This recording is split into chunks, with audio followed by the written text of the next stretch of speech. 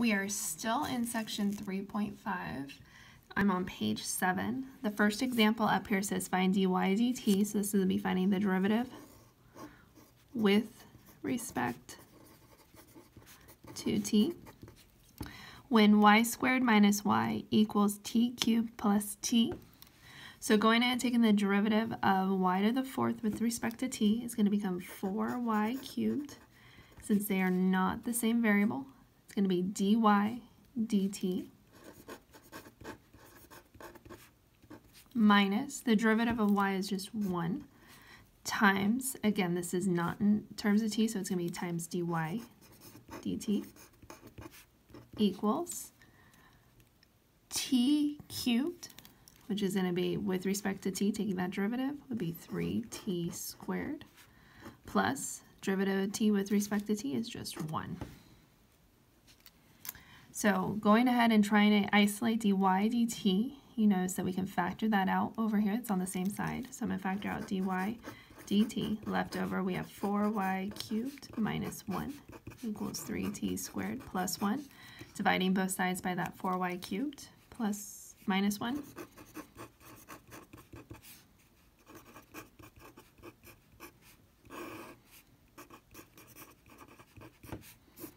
And that would be our answer. The next example says find dy dx. So this is going to be with respect to x. Given x cubed plus y cubed equals 6xy. So a little bit more of a challenge here with that right side of the equation. We are taking this with respect to x. So derivative of x cubed with respect to x is just 3x squared.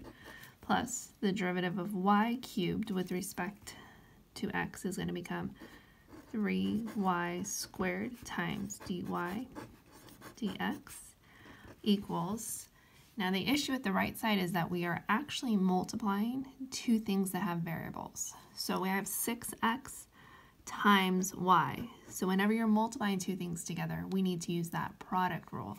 So it's going to be the first thing, which is 6x, times the derivative of y with respect to x, which is going to be dy dx. You could put the 1 in there if you want to. Plus the second thing, which is y, times the derivative of 6x with respect to x, which is just 6. So if you notice, this time we have dy dx is on opposite sides of the equal sign. Just like in algebra, we're going to need to move those over to the same side. So I'm going to have 3y squared dy dx minus 6x dy dx equals, I'm going to move the 3x squared over here. From here I can factor out my dy dx. If you wanted to, you can factor out a 3 too, but I'm just going to go ahead and say dy dx for right now. And we can factor it out here. So times 3, and then we'd be left over with y squared minus 2x equals. Over here on the right, we can also factor out a 3, 2y minus x squared. And then I would just divide both sides to get dy dx. So dy dx. And if you notice, you can cancel out those 3's. They are on both sides. So this is going to be 2y minus x squared all over y squared minus 2x. So this is our derivative. The problem continues down here with A, and then on the next page on B. So let's see if we can get those kind of set up to use. From here, it says, then find the equation of the tangent line at 3, 3. So that means I need to take my derivative, dy dx. I'm just copying it down from up above. And I need to evaluate this at 3, 3. So I'm going to go ahead and substitute in 3 for x and 3 for y.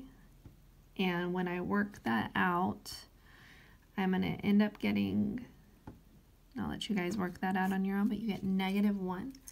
And remember, this is going to be the slope of the tangent line.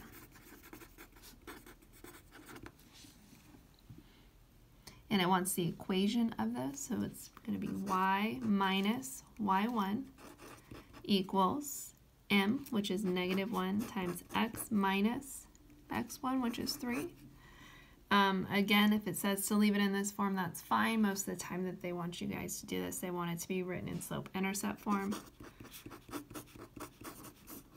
Rearrange your terms and see if you can get that as your equation of the tangent line.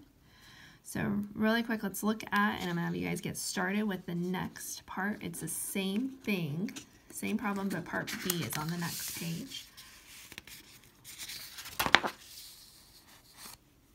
So part B says at what x values is in the first quadrant, and again we're looking for x values in the first quadrant, is the tangent line horizontal? So when the tangent line is horizontal, that means that your derivative of the tangent line, or the slope, would be equal to 0. So we had our dy dx from the previous page. This is part B. And just copying that down from the previous page, I'm going to set this equal to 0.